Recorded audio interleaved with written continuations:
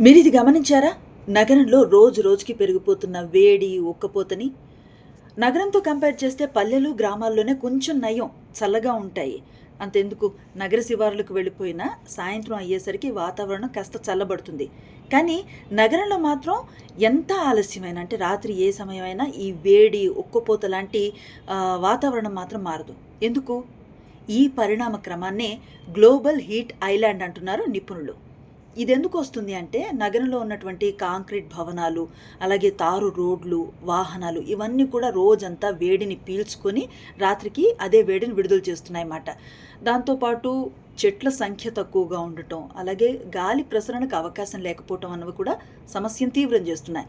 దాని పర్యవసనంగా ఏం జరుగుతుందంటే, రాత్రుళ్ళు మనం ఏసీలు అలాగే కూలర్ల వాడకాన్ని పెంచేస్తున్నాం. దానివల్ల విద్యుత్ ఎక్కువ ఖర్చు అవుతుంది. దాని ద్వారా విద్యుత్ బిల్లులు కూడా ఎక్కువగా వస్తున్నాయి. మరి దీనికి సొల్యూషన్ ఏంటి అనంటే, నిపుణులు ఏం చెప్తున్నారు? మీకు ఎంత ఇబ్బందికరమైన వాతావరణం ఉన్నా, ఎంత ఇరుకైన చోట్లో ఉన్నా, మీ బాల్కనీలోనో టెర్రస్ మీదో కాస్త మొక్కల పెంపకానికి ప్రయారిటీ ఇవ్వండి. కొంచెం గ్రీన్ స్పేస్ని పెంచండి. వీలైతే చెట్లను కూడా నాటే ప్రయత్నం చేయండి అంటున్నారు. దీనివల్ల ఇమీడియట్ రిలాక్సేషన్ రాకపోవచ్చు, కానీ కాలక్రమంలో కొంత ఉపశమనం మాత్రం కలుగుతుందని చెప్తున్నారన్నమాట.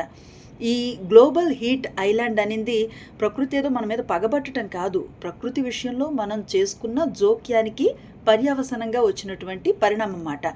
సో దీని తీవ్రతను తగ్గించడానికి కూడా మనమే కొంచెం చొరవ చూపించాల్సిన అవసరం ఉంది.